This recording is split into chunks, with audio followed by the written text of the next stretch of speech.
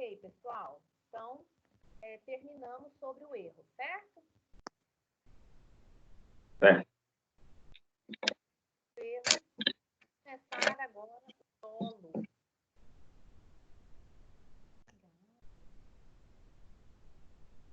Mas vamos lá. Enquanto eu acho aqui, o dolo, gente, vem na sequência do erro no Código Civil, tá? A partir do 141, nós vamos falar do dolo. Qual que é a grande diferença do erro e do dolo? O erro e o dolo, a gente até estuda junto porque eles são, assim, parecidinhos.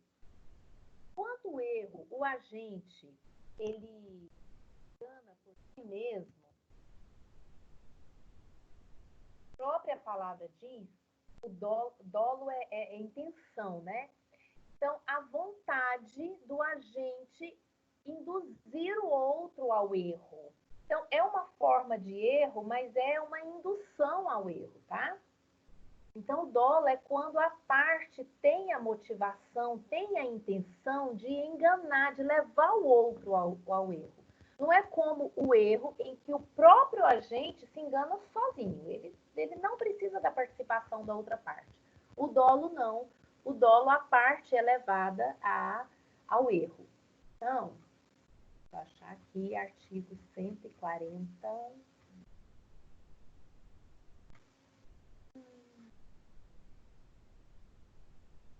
138 ao 144 é o erro, e o dolo, então você vai anotar assim, dolo, a primeira coisa do dolo, previsão legal. Artigo 145 a 150. Dolo, previsão legal. Artigo 145 ao 150.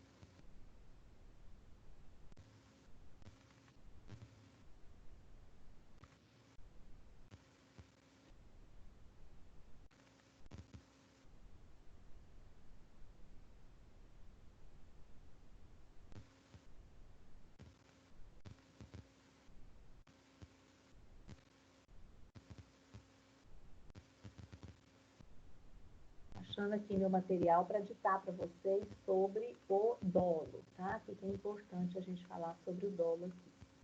Isso.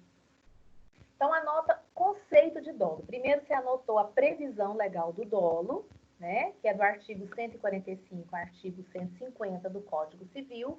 E agora, conceito de dolo. É o emprego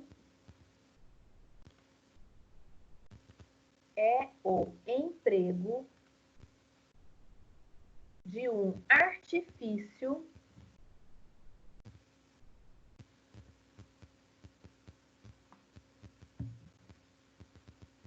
ou expediente astucioso, é o emprego de um artifício ou expediente astucioso para induzir alguém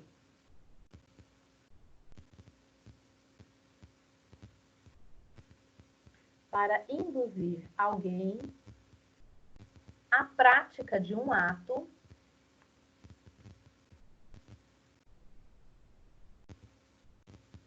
que prejudica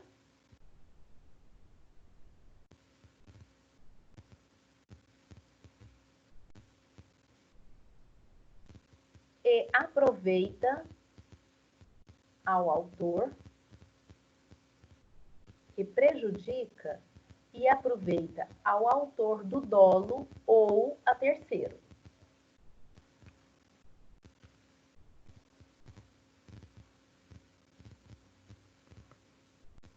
Autor do dolo? Ao autor do dolo ou a terceiro. Beleza.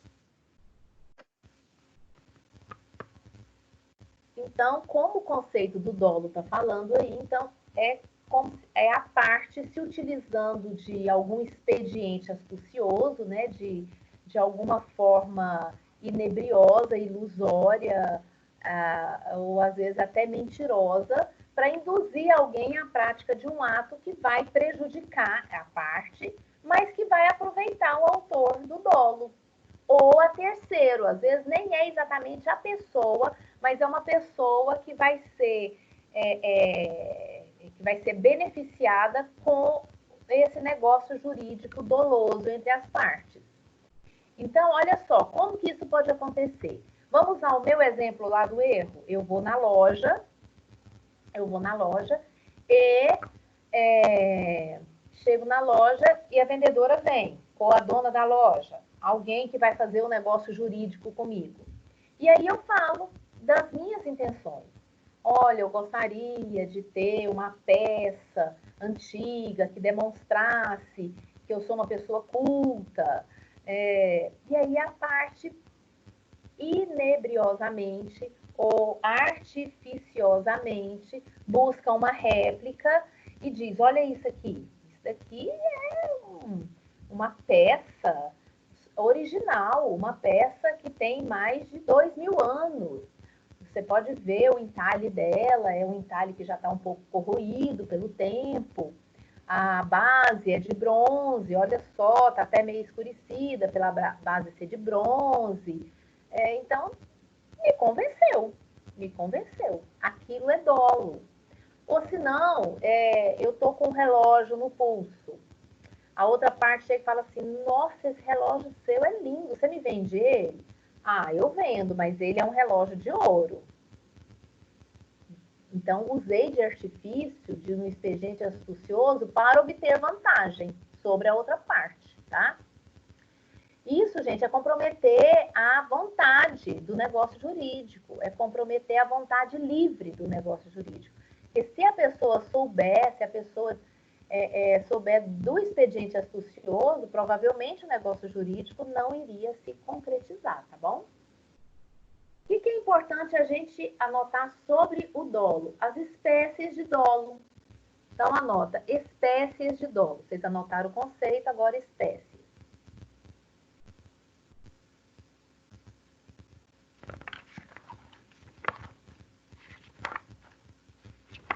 Só para atualizar vocês, nós estamos na seção 2.1, tá? Na unidade 2, seção 2.1, que fala dos defeitos do negócio jurídico. E essa seção vai falar do erro, dolo e coação. Então, nós já falamos do erro, vamos falar do dolo agora. E as espécies do dolo, o primeiro é dolo principal. Dentro das espécies, você coloca um dolo principal. E é o artigo 145. Quer ler para nós, Jailson? Artigo 145. Não entendi. Quer ler o artigo 145? Mãe, vou abrir o código. Você fechou o código, Jailson?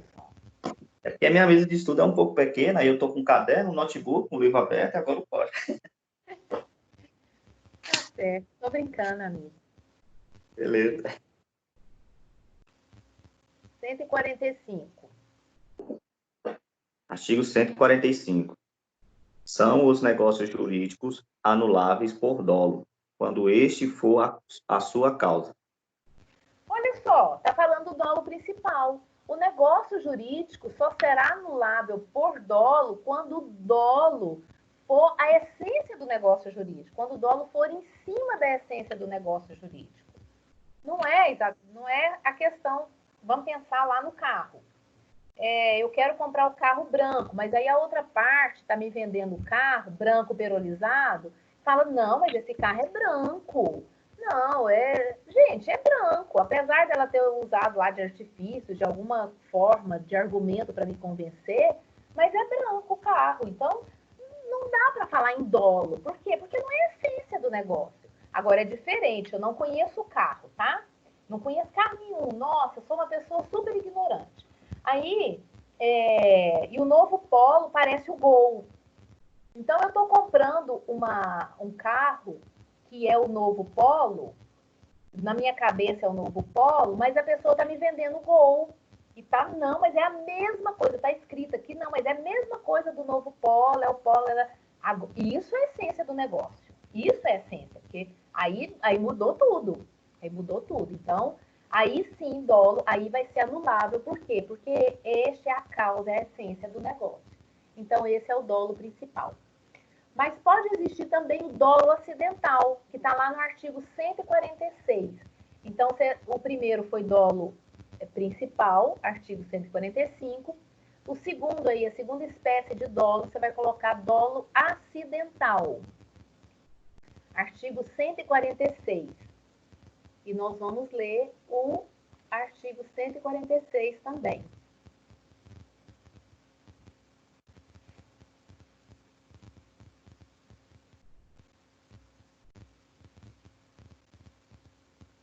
Diz assim: o dolo acidental só obriga a satisfação de perdas e danos e é acidental quando, a seu despeito, o negócio seria realizado embora por outro modo. O que está falando aqui, gente? Está dizendo o seguinte, que o negócio seria realizado.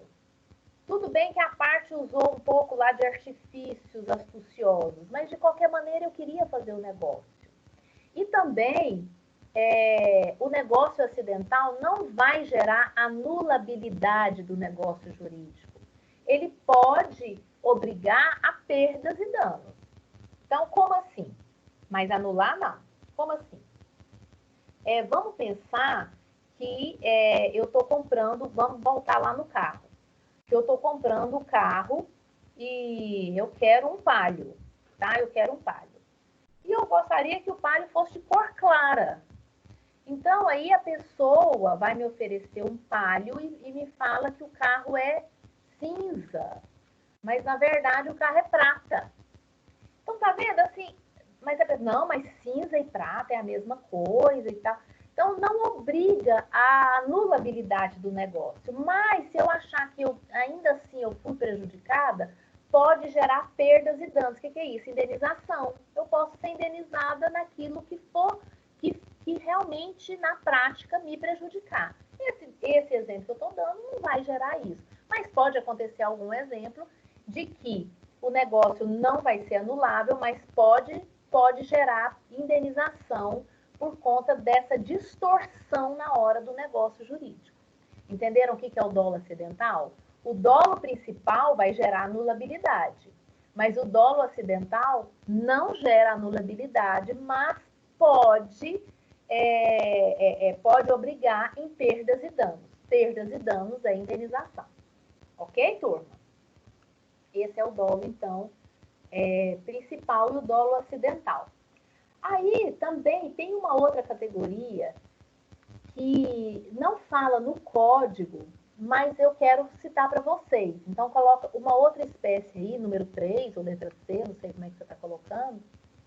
E nessa hora eu sinto muita falta de um quadro, de uma lousa para ir pontuando com vocês, para organizar o caderno, né, as anotações. A terceira espécie aí, você vai colocar dolus com U, porque é uma palavra em latim, tá bom? Dolus bonus. Dolus bonus.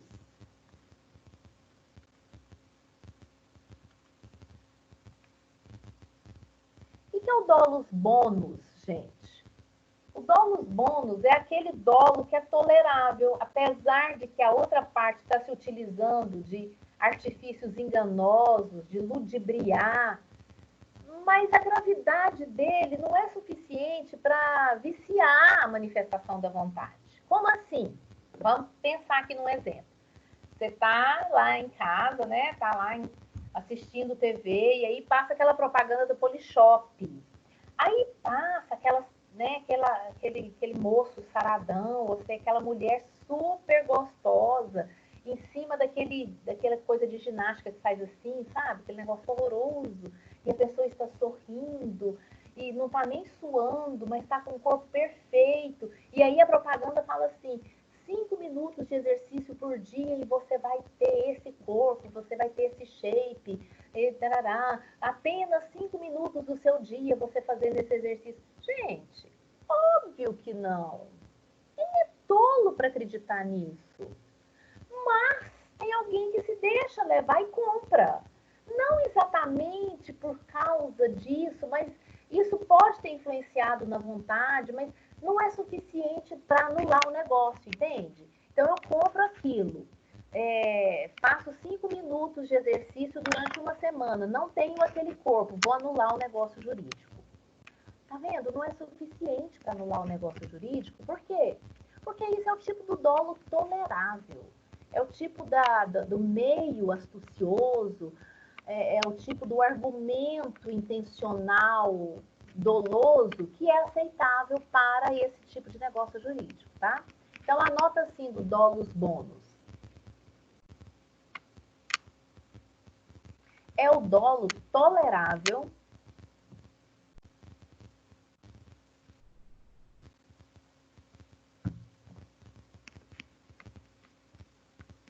destituído de gravidade suficiente, é o dolo tolerável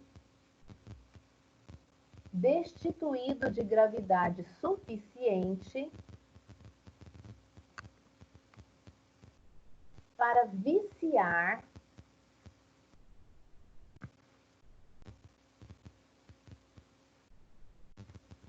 a manifestação de vontade.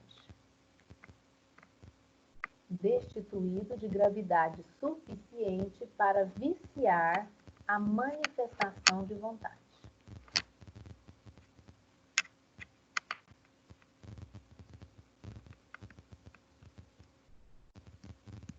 Então, esse é o dolus bonus, é o dolo tolerável, destituído de gravidade suficiente para viciar a manifestação de vontade.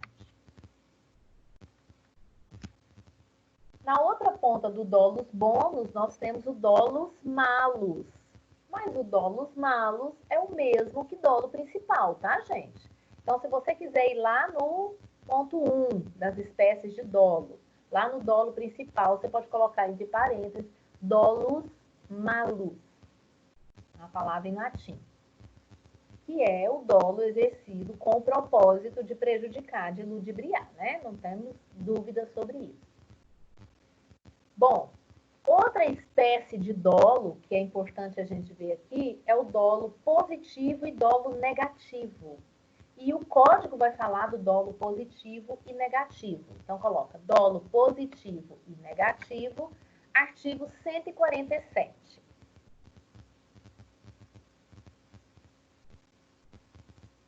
Dolo positivo e negativo, artigo 147.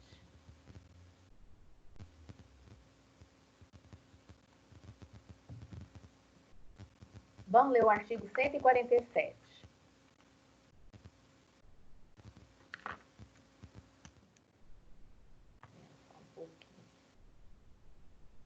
O artigo 147 vai falar assim, ó. Nos negócios jurídicos bilaterais, olha só, volta lá na primeira aula, que a gente falou da classificação dos negócios jurídicos. Tem unilateral, bilateral, plurilateral. Então, o negócio jurídico bilateral, que tenha duas partes, de cá e de cá. Duas partes envolvidas no negócio jurídico bilateral. Nos negócios jurídicos bilaterais, o silêncio intencional de uma das partes a respeito de fato ou qualidade que a outra parte haja ignorado constitui omissão dolosa, provando-se que sem ela o negócio não se teria celebrado. O artigo 147 está falando do dolo negativo. Dolo negativo, gente, é o dolo por omissão. É o silêncio intencional da outra parte em não dizer as características do negócio. Então, nesse caso aqui, olha o tanto que é perigoso o silêncio. Lembra que a gente viu o silêncio lá no artigo 111? Então, olha só, o silêncio só vai ser permitido quando os usos e costumes autorizados e não houver expressa previsão legal de que tenha isso.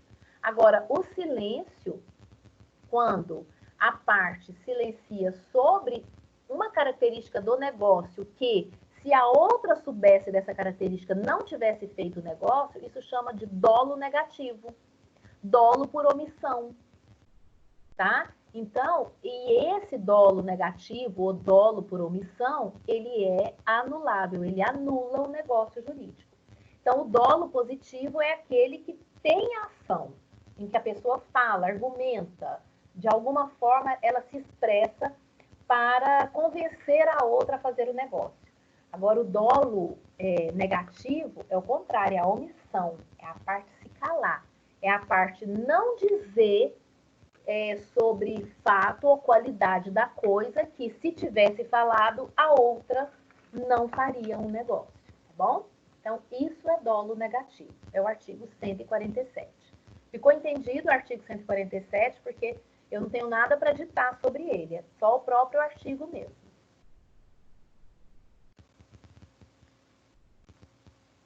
O silêncio importa a anuência das partes, então, já que vocês estão silenciosos, eu entendi que está tudo bem. Outro ponto sobre o dolo aí, que eu gostaria que vocês anotassem, outra espécie de dolo, é dolo de terceiro, e está no artigo 148.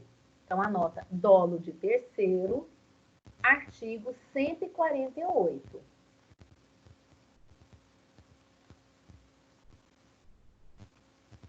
O que diz o artigo 148? Diz assim, ó, pode também ser anulado o negócio jurídico por dolo de terceiro. Então, ele já diz que o dolo de terceiro anula o negócio jurídico. Eu posso invocar a anulabilidade do negócio jurídico.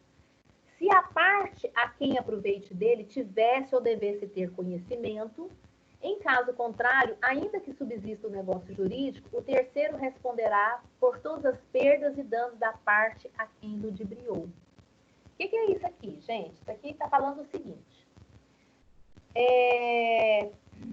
Que eu estou fazendo um negócio jurídico com outra pessoa e estou levando a outra pessoa em dolo, mas quem vai se aproveitar do negócio não sou exatamente eu, é um outro. Então, pode ser assim, a vendedora da loja? Pode ser a vendedora da loja que está tentando enganar, mas quem vai ter proveito com aquilo? Vai ser o terceiro, vai ser o dono da loja, tá? É um exemplo só para vocês entenderem o dolo de terceiro. É possível anulação do negócio jurídico por dolo de terceiro? Sim, o código está falando que sim, tá?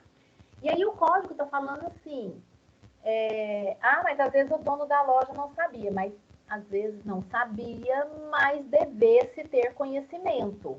Olha só o tanto que o código foi sapiente nesse momento, gente. É impressionante que aqui ele pensou em todas as possibilidades. Mas o terceiro não sabia, então se excusa disso? Não, ele não sabia, mas ele deveria saber, porque está dentro do negócio dele, tá sobre a gestão, então pode sim. Agora, caso o negócio subsista, então não quero desfazer o negócio, mas eu me senti prejudicado. Pode ter indenização? Pode. Então, pode haver, caso o negócio subsista por dolo de terceiro, não quero desfazer, mas fui prejudicado, quero ser indenizado. É possível? É possível. Não anular e ser indenizado. Ou seja, responde a parte a quem ludibriou, a parte a quem devesse saber, responde por perdas e danos. É isso que o artigo 148 está falando sobre dolo de terceiro, tá? Outro ponto, outra espécie de dolo que eu quero que vocês anotem aí, é dolo do representante. Dolo do representante. Artigo 149.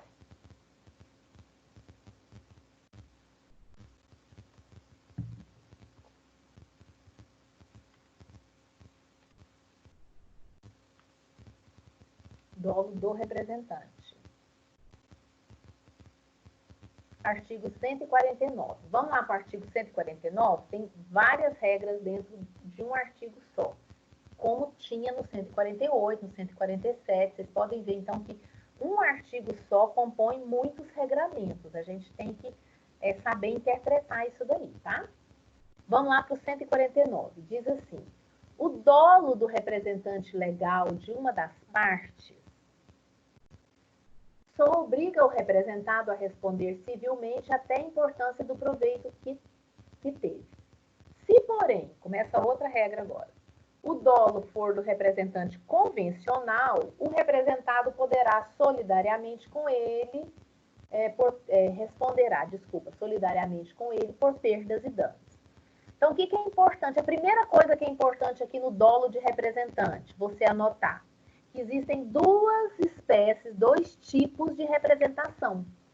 Então, quais são as representações que o próprio artigo disse aqui? Representação legal e representação convencional. Então, coloca assim, tipos de representação. Representação legal, representação convencional.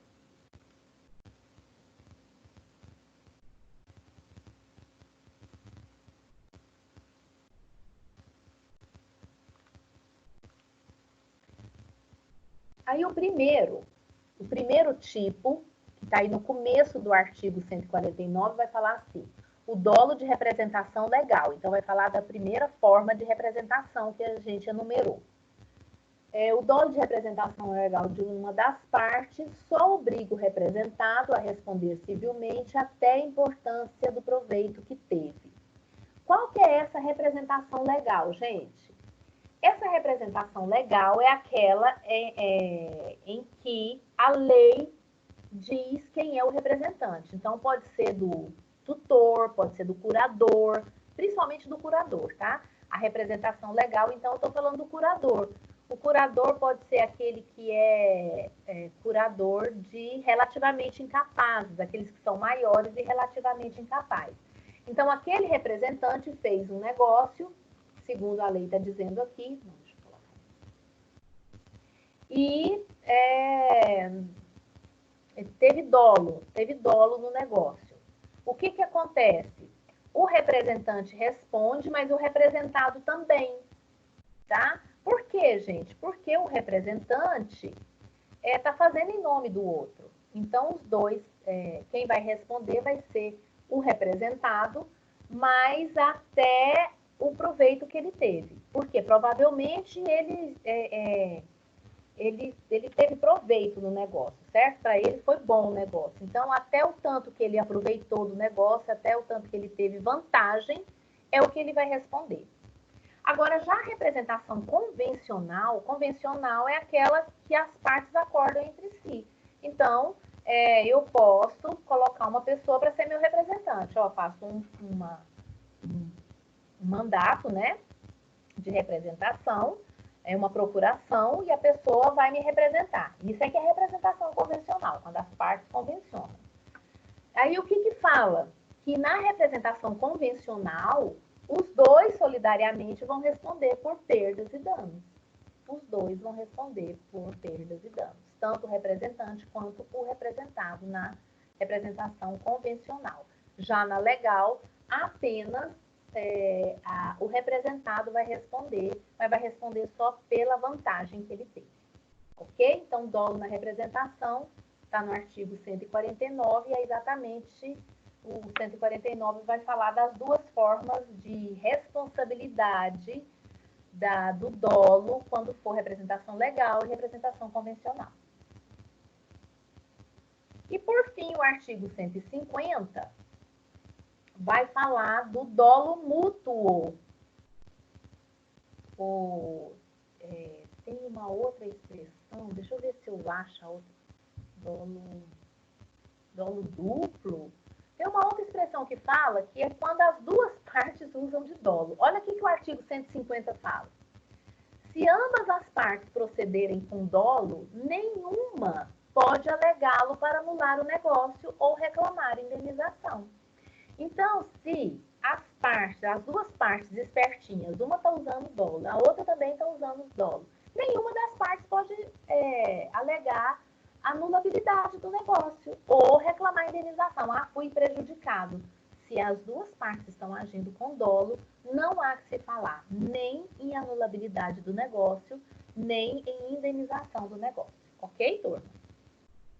Assim, encerramos o estudo do erro e do dolo. E para a gente poder encerrar essa sessão, vamos começar falando da coação. A coação, gente, está lá no artigo, continuando, do 151. Então, anota aí, coação.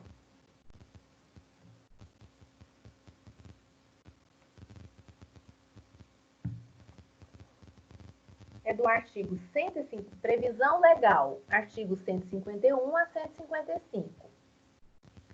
Coação, previsão legal, artigo 151 a 155 do Código Civil.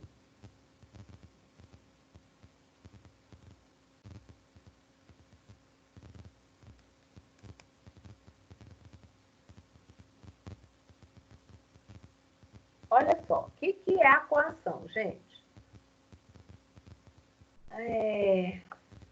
A coação é uma ameaça ou uma pressão injusta que uma das partes recebe da outra para forçá-lo a fazer o negócio, tá? Então, a coação está exatamente ligada contra a vontade. Ataca a vontade, a liberdade de contrair o negócio jurídico por uma pressão que a pessoa possa receber, uma pressão injusta, uma ameaça. E aí a coação, ela pode ser exercida fisicamente ou moralmente. Eu vou ditar tudo isso para vocês. Primeiro, deixa eu falar o geral da coação, tá? Então, a coação, ela pode ser absoluta ou ela pode ser relativa, tá? A coação absoluta é aquela que é a coação física. A pessoa aponta uma arma para você, né? Uma faca, é uma coação física, uma ameaça emergente concreta ali. Agora, a coação relativa ou moral é aquela que a pessoa se utiliza de outros meios, de meios ludibriosos e argumentativos para te forçar a fazer um negócio. É importante deixar claro que a coação absoluta ou a coação física, ela vai atacar diretamente ao plano da existência do negócio jurídico. Vamos voltar lá naqueles planos que a gente viu, pessoal? Plano da existência, da validade, da eficácia. Lembra que quando eu falei do plano da existência, ele não está exatamente definido no Código Civil como plano da validade, mas ele está intrínseco. Olha só, quando eu estou falando de coação absoluta, eu estou falando que a parte nem exprimiu vontade.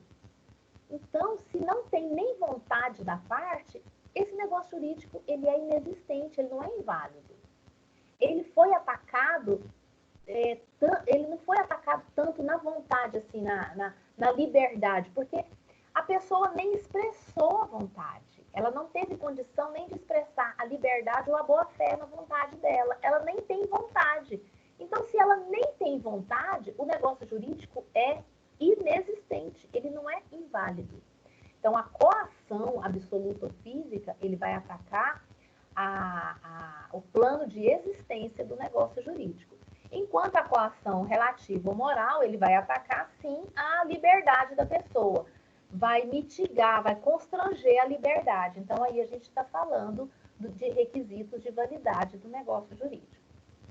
Então, vamos anotar o conceito da coação, para começar. Conceito. É toda ameaça ou pressão injusta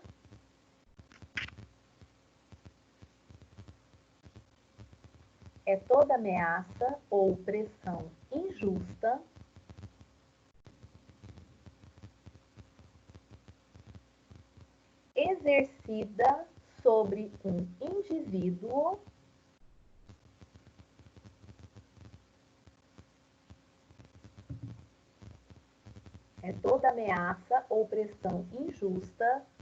exercida sobre um indivíduo para forçá-lo contra a sua vontade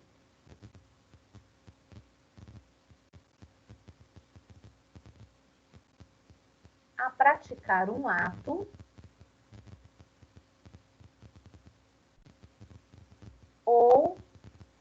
realizar um negócio. Ou realizar um negócio. Vou repetir o conceito. É toda ameaça ou pressão injusta exercida sobre um indivíduo para forçá-lo, contra sua vontade, a praticar um ato ou realizar um negócio. Bom, então esse foi o conceito. Agora anota espécies. Espécies de coação.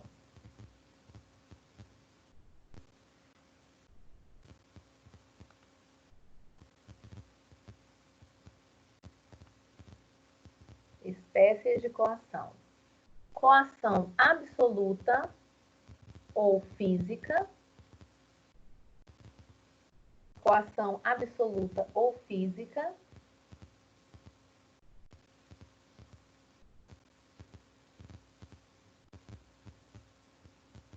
E a outra espécie é coação relativa ou moral.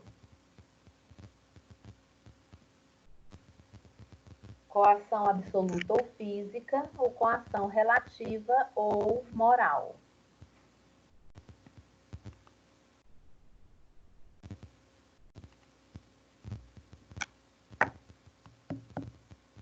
Essas são as duas espécies.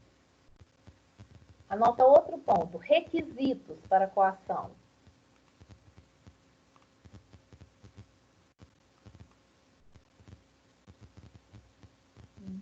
Antes de anotar os requisitos, anota aí, faz uma observação aí na coação absoluta ou física. Eu acho que não tem. Faz aí uma observação na coação absoluta ou física. Coloca assim. Na frente, tá? De coação absoluta ou física. O negócio jurídico é inexistente. O negócio jurídico é inexistente.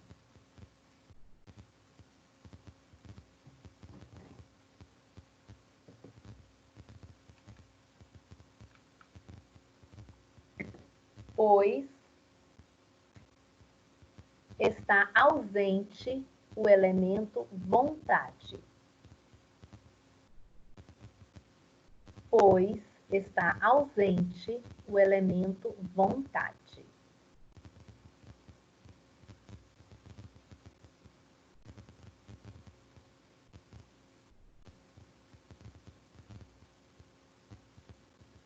Ok?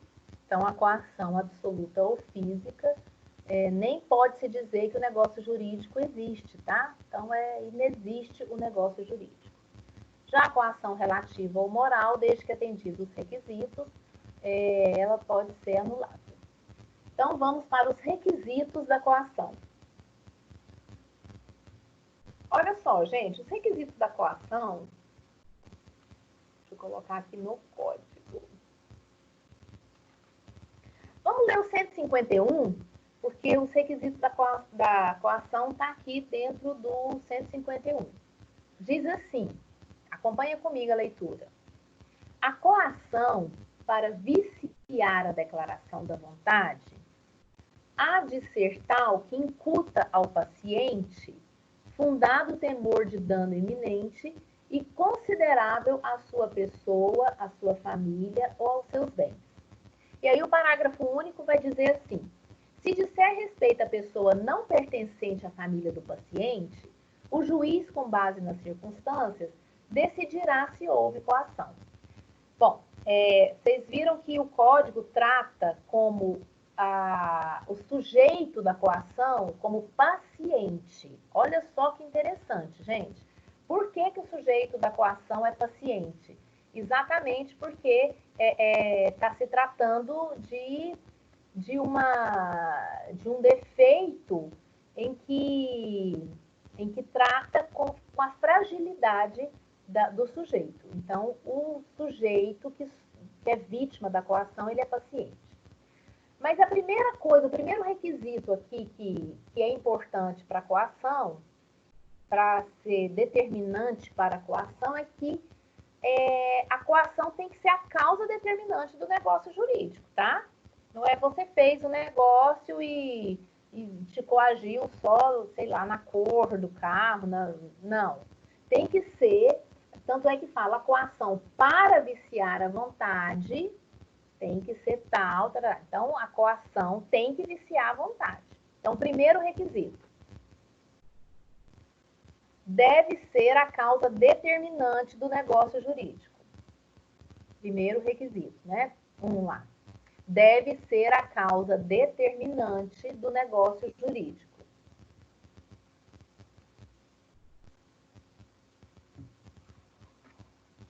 Segundo requisito.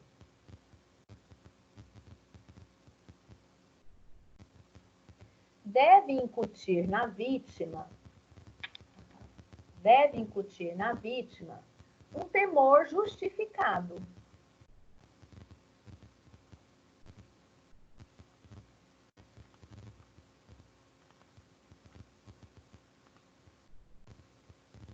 Deve incutir na vítima um temor justificado, que é o que fala o 151, né? A coação tem que ser tal que incuta ao paciente fundado temor. E aí vem o restante, que mais? De um dano iminente. Então, o terceiro requisito. Dano atual e iminente.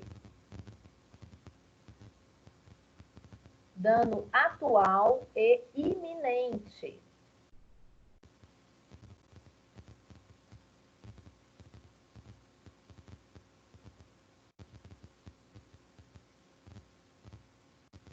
E no quarto requisito,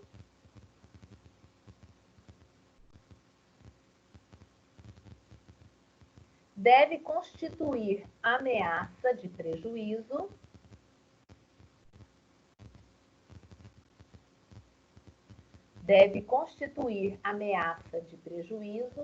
à pessoa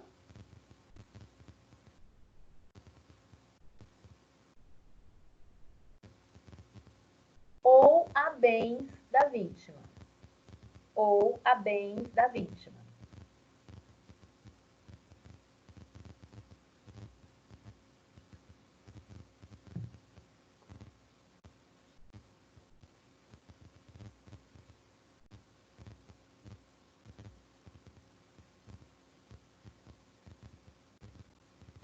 Bom, pessoal, então são esses 4 requisitos que a gente encontra dentro do artigo 151.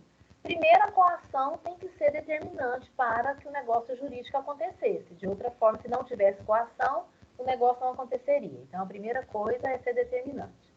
Segundo, é que tem que incutir no paciente ou na vítima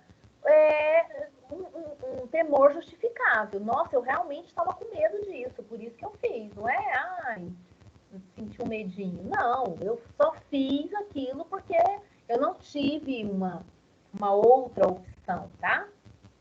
Outra coisa é que o dano tem que ser atual e iminente. Não, eu pensei que daqui a um mês poderia acontecer isso, então aí eu já fui e fiz isso logo. Não, aí não se encaixa, não se enquadra nos requisitos de coação, tá bom? Não pode ser, o dano tem que ser atual e iminente. Iminente que está na porta, tá acontecendo. Atual, agora, tá na porta. Não aconteceu agora, mas assim, daqui 2 horas. Então, é iminente, tá?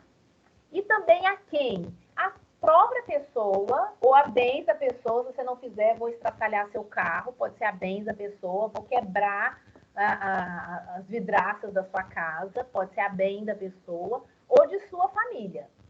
Tá? Pode ser também de alguém de sua família. Seu filho, do seu pai.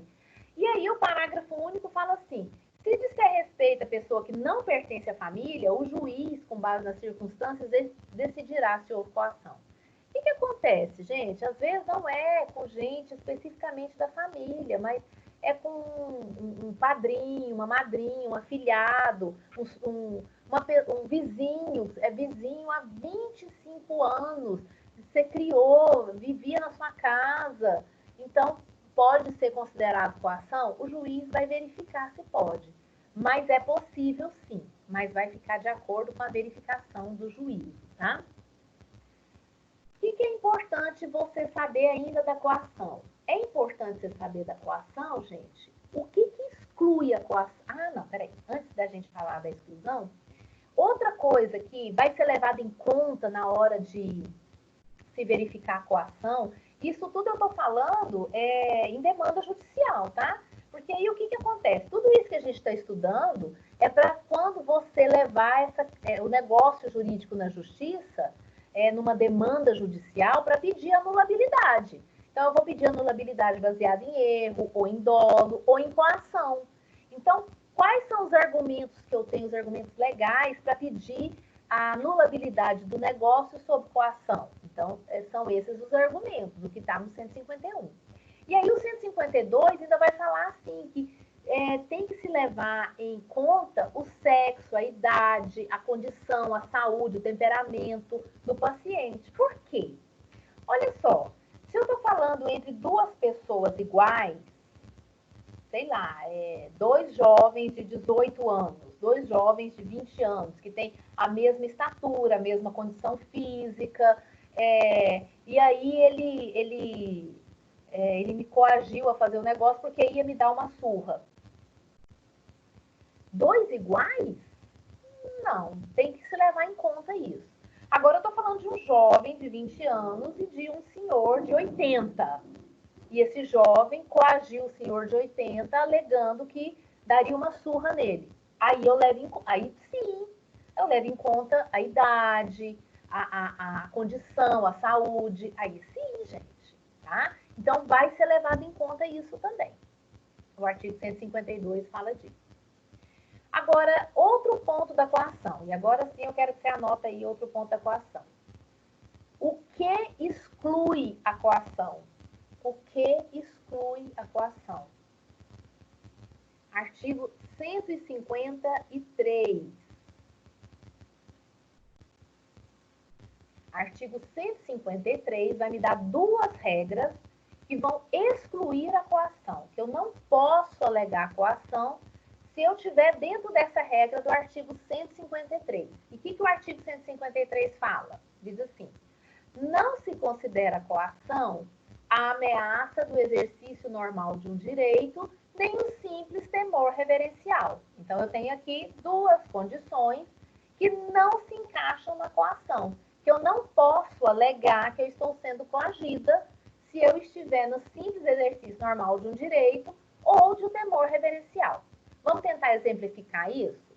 Estou falando o seguinte: eu tenho uma nota promissória ou um cheque de uma pessoa. E aí eu estou cobrando, estou tentando receber essa dívida administrativamente. A pessoa se nega a pagar. Aí eu vou e falo assim: olha, se você não me pagar até sexta-feira, eu vou fazer uma demanda judicial para receber. Aí a pessoa entra, antes disso, entra com uma demanda pedindo a anulabilidade do negócio porque está sendo coagida. Não, gente, não está sendo coagida, não. Isso é um simples exercício normal do direito. É um direito que eu tenho de receber e um direito que eu tenho de fazer uma demanda judicial para receber. Isso é um simples exercício de um direito, tá? Então, não pode se alegar coação com isso. Também não pode se alegar coação o simples temor reverencial. Como assim? Se o meu patrão está me mandando fazer um serviço, desde que não seja legal, obviamente, né, pessoal? Não estou falando de ilegalidade, estou falando de razoabilidade, de legalidade. Ah, estou sendo coagida a trabalhar, estou sendo coagida a fazer a limpeza da loja antes de começar o expediente. Não, gente, isso é um temor reverencial. Ah, se eu não limpar a loja, eu vou ser mandada embora, então eu só estou fazendo isso porque eu estou com medo. Não, não. Não, isso é um simples temor reverencial, tá? Então, o simples temor reverencial não pode ser comparado nem com violência e nem com ilegalidade, de jeito nenhum, de forma nenhuma, tá? Então, o que exclui a coação? A simples exercício normal do direito ou o temor reverencial, um simples temor reverencial. Tá no artigo 153, ok? Na sequência do código aí, Vocês perceberam que a gente está só fazendo interpretação do código, né? Porque o código é praticamente intuitivo, né, gente? Aquilo que eu falo, a interpretação do Código Civil é bem tranquila mesmo. Então, vamos continuar aqui no 154. Outro ponto da coação que eu quero que vocês anotem, desculpa, é coação exercida por terceiro. Outro ponto da coação é coação exercida por terceiro. Você quer fazer alguma pergunta, Jailson? Não, é porque eu estava testando aqui o áudio. Tá bom. Não, mas à vontade, gente. Eu estou falando. A hora que vocês quiserem, me interrompem, pergunta. Vamos tentar nos adaptar a essa forma de aula remota, tá bom? Não deixem de fazer as atividades da unidade 2.1, as atividades anteriores também, porque vai ser importante para a fixação do conteúdo de vocês. Lembre-se do desafio nota máxima. Repassem para a turma, quem não está assistindo a aula, mas quem vocês têm contato aí pelo WhatsApp, fazer o desafio nota máxima, os EDs, porque é importante na pontuação. Bom, a coação exercida por terceiro, então, que é o outro ponto da coação que eu queria falar com vocês, está no artigo 154 e 155. Vamos ler o artigo 154. Diz assim, peraí, deixa eu melhorar aqui para mim. Vicia o negócio jurídico a coação exercida por terceiro, se dela tivesse ou devesse ter conhecimento a parte a quem aproveite, e essa responderá solidariamente com aquela por perdas e danos. O que é a coação exercida por terceiro? Gente, é a mesma coisa do erro lá. É a transmissão errônea do erro, né? Da vontade, transmissão errônea da vontade. Outra pessoa vai e transmite a vontade. É anulável o negócio jurídico? Sim. Mesma coisa da coação. Não, a parte que fez a coação não é exatamente quem vai aproveitar do negócio jurídico. Tem um terceiro que mandou ela fazer. E o que o código está falando? Que pode ser anulável, mesmo se a coação foi exercida por terceiro, mesmo se a parte sabia disso ou não, porque devesse saber, ou então é porque é chefe, é pai, de alguma forma ela deveria saber disso, tá? Vai ser anulável das consequências da coação exercida por terceiro. É que, primeiro, o negócio vai ser anulável, e segundo, as duas partes vão responder solidariamente. Solidária responde de igual forma, tá? De igual modo. As duas partes vão responder solidariamente por perdas e danos, ou seja, por indenização. Então, além de anular o negócio, ainda vai responder por perdas e danos. Então, a coação exercida por terceiro vai ter essa consequência. Vai ser anulado o negócio jurídico e ainda vai responder as duas partes, tanto aquele que exerceu a coação, como o terceiro lá atrás, que vai se beneficiar da coação, vai responder. E o 155 vai falar também de coação sobre terceiro, assim, ó, subsistirá o negócio jurídico. Olha, então eu estou falando de não anulação. Então, não vai ser anulado o negócio jurídico, vai subsistir, vai concretizar o negócio jurídico se a coação decorrer de terceiro, sem que a parte que aproveite dela tivesse ou devesse ter conhecimento. Mas o autor da coação responderá por perdas e danos que houver causado a coação. Tá. Aqui, então, eu estou falando de duas maneiras de coação de terceiro. Primeiro, é quando a parte sabia. Ou, pelo menos, se ela não sabia, ela deveria de saber, porque de alguma forma ela está envolvida. Agora, esse aqui, o terceiro não sabia de jeito nenhum, não tinha como saber. Sei lá, foi lá e fez um negócio em nome do outro, e esse terceiro nem sabia que isso tinha acontecido. É claro que tudo é comprovado, tá, pessoal? Não tem jeito de eu só alegar isso, não.